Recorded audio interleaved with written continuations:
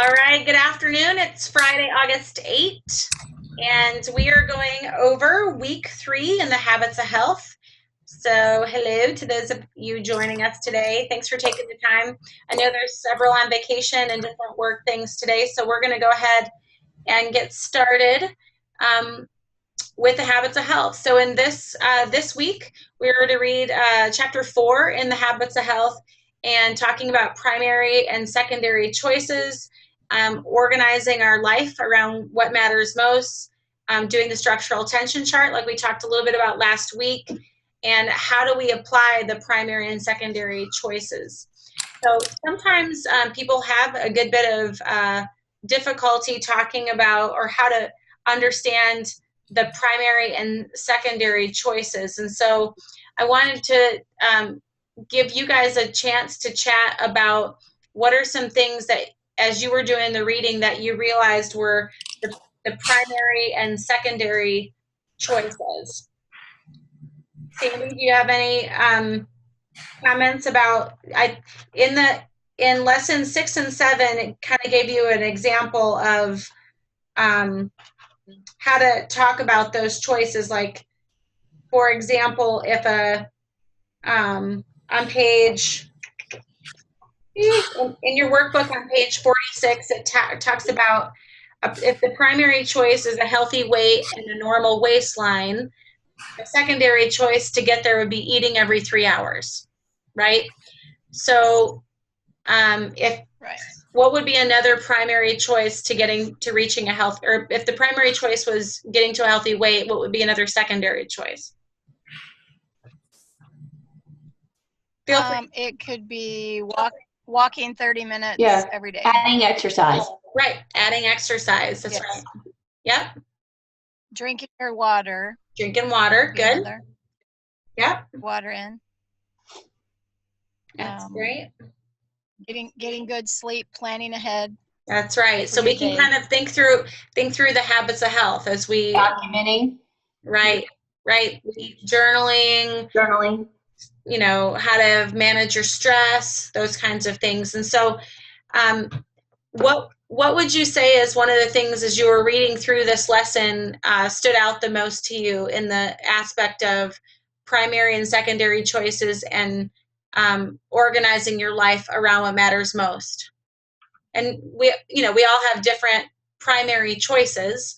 So as you're looking at what that means for you in your life right now, does anybody want to share about something that came to your mind in regards to that? Say that again, Nicole. As we're discussing primary and secondary choices, obviously we're all, primary choice doesn't have to only be around getting a healthy body. It could be around a healthy mind or healthy finances, right? Right. So we can apply these principles to any of those. And so as you were doing the lesson for this week, what stood out to you in as far as what a primary choice would be for you, if anybody would like to share, and we can kind of work through that example.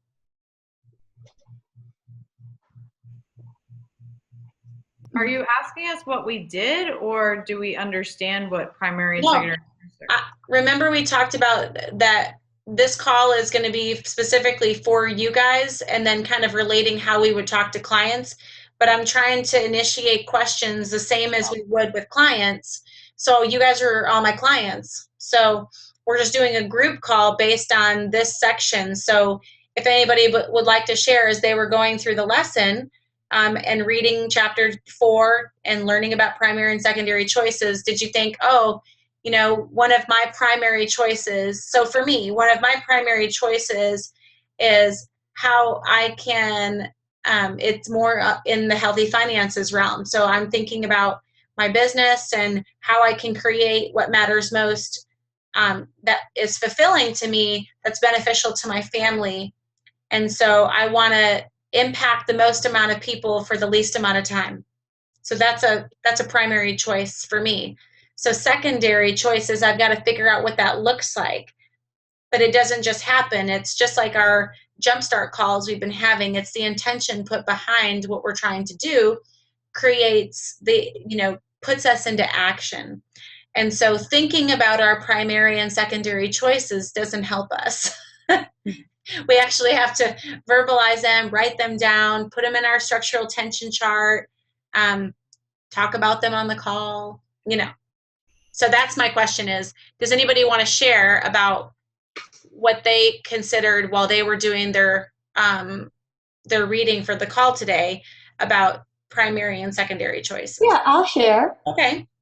Well, basically, with all that's been going on in my life, I've really stepped away from my spiritual, and I'm thinking that's something that I've been feeling the need to do more of and be more intentional with. So I, have put that on one of my needs, just, for my own well-being, because Right. I've really walked away from that, and I keep asking for things, but I'm not giving back. And I feel really bad about that. So I don't feel guilty. I need to get back and closer in touch with God. So that's my okay. So primary choice would be cultivating your faith, right? Mm-hmm. Right. So, or getting closer to God, or Yeah. a way that would be a primary choice. Making maybe making God the center of your life, and then everything else kind of falls around that. And so secondary choices would be, and all of us can help come up with things that would be secondary choices for that to happen. So let's talk about some secondary choices for that.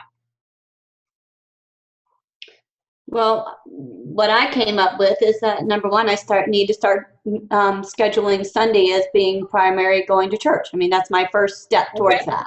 Great. So going to church on Sunday. Anybody else? I would say reading or some kind of devotions each day, whether it's morning or night. Yep. Daily devotions helps get you into a structure and routine. Yep. I downloaded an app that actually gives you like a reading for the day. Mm-hmm. It comes up as a notification on my phone. So That's even great. even if you forget, the phone remembers. That's good. That is great. What's the app? Good question. I honestly think that it's just called Holy Bible. Why don't we? I have that. Is that what it's called? Yep. There's a really great app. You're so funny. Yep, it's the Bible. Yeah, it's called Holy Bible. Called Holy Bible. There's another great app called Jesus Calling. You can get that on your phone too. It's a devotional that you can get in written form, but you can get the app as well, and it'll give you your daily devotional. It's really that doesn't come to you every day. You have to go get it. Okay. Yeah, I guess that's true. It doesn't send to you, but you can look it up versus it being in written form. But all right, I don't want to take up all our time on that. Great. So this is really, but these are great things, because what we're doing is we're coming up with, it would be, if your secondary choice is to do that, you have to have things that you're planning to do in order to do it, right? Yeah. So, okay, so that's good. So we understand the primary and secondary choices. All of our clients that we talk to aren't going to just be trying to lose weight or get healthy physically. It could be that they want to get healthy spiritually, or they want to, maybe they're in debt, or maybe they're unhappy in their career. We've talked about how Dr. Ray's new ebook is all about well-being. And one of the main things that he found, if people are not happy in their career, that their life is not very satisfied. So that's really what we're looking to help people with, is how can we give this gift and this offering to people, and let them unwrap it and see what's inside for them. Because, I was thinking further, we talked on Tuesday night when I was sharing about the gift, that if I give the gift of Take Shape for Life to Sandy, she may open it and inside find how to get a healthy body, right? But Michaela opens it, and Michaela finds how to have healthy finances, right? So somebody else might open it and see how they can have a healthy mind, because it gives them community. It gives them a way to interact with like-minded people And oh, by the way, I could have a healthy body. And oh, by the way, I actually could make money doing that. So everybody's going to open it and find something different because the offering is so great. So remember that when you're sharing, that you have no idea what somebody is looking for. You know, you might make an assumption, but sometimes that ends up biting us. So if you just offer it, that this is what we have to offer, and allow other people to determine what they're finding when they open it for themselves. So, okay. We talked a little bit last week too about structural tension. Did anybody create their structural tension chart? Tried. We worked on it. You and I worked on that. So yes, it's a work in progress still. More details need to be made, but we did come up with the where I am, where I want to go. Good, good. And it's good to do that on a monthly basis, because where you are and where you want to go can easily change, right? Yep. Right. So on a monthly basis, setting that intention and something that you feel that you can accomplish. So one of the things I wanted to mention today, we talked last week about the Mexico trip, and I think a lot of you saw on Facebook, Angela posted the ramped up way, right, to get your points. So if we all think about getting 2 new points for the month of August outside of what we've been getting. So for Sandy, Patricia, and Terry, you guys all, I think, just had 1 point, maybe 2. Terry, was your average 2 points, Terry, or 1? 1, I think. Okay. So that would mean you would each need to do what you have been doing plus 2 points. So a point is $1,200. So that's 4 new clients, 4 or 5 clients, right? To get a point, or to bring on a health coach who becomes a senior coach. Does that make sense? So if you see it in that perspective, it makes it a little bit easier to understand. If I need to grow by 2 points, I either need 4 to 5 new clients and a health coach that becomes a senior coach, or 10 new clients. So how do I do that? Then you break it down and go backwards. Okay, if I talk to 5 people, the likelihood that I'm going to get a new client out of 5 people, that's highly likely. So if I talk to 5 people a week, that's going to be 4 clients. Does that make sense? So 5 people equals 1. Yeah, that's just a good ratio. I mean, everybody's going to have a different rate of share. My ratio is like 100 to 1. So yeah, only for your matchmaker service. No. How long have I been at 1,200 barely? Well, yes. So I was talking today to a lady that I met at a gym, and it occurred to me that I thought I might share this again, or share it with you guys as I share it with her. I think that when we're sharing about Take Shape, I would encourage you to really check how people are receiving what you're sharing. Because I remember, and I've probably shared this story with a couple of you, but when I worked at Lifetime Fitness, there were a lot of trainers who were the breadwinners of their family.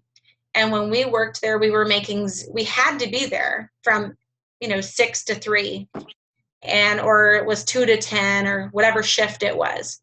And we had to be there as our job, but we made $0 unless we. Sorry.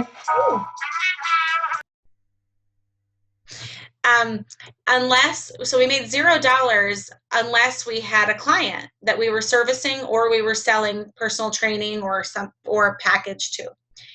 And we were also then expected to be cleaning equipment or meeting the members or something. And it was a lot.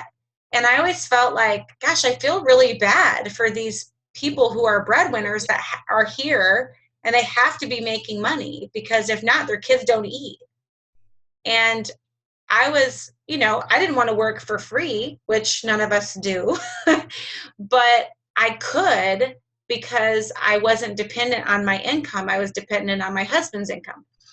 And I can't explain to you the difference that made for the member, because it helped me to give them what they needed with no agenda from myself. So it really was all about what did the person that I was talking to, how could I help them? How could I serve them? And if something happened to be in it for me in the end, oh, that's cool. It was more of the afterthought. And so as we lead with not how does this benefit me, or my goal is to talk to 5 people, or it's just the share. Like your role is to share it with no agenda, with, we talk about not being attached to the outcome. And it is easier said than done, I know. But if we all practice the heart behind the reason I'm sharing is because I never know who's on the receiving end and what they need. It doesn't have anything to do with us needing 2 points or 5 clients, or I don't want to work for free or any of that. But when we share with that, I think it really does change. When the outcome isn't, that's so hard, because we don't want to work for free. And so I know that there's such a dichotomy there of, I don't want to work for free and I do need to make money. But if we lead with that, people feel that, and then it's not about them anymore. Does that make sense to anybody? Yep. JC said it really well. Don't go out hunting. And that was how I was. Be a farmer instead. Be a farmer. Yep. Just go out and plant some seeds.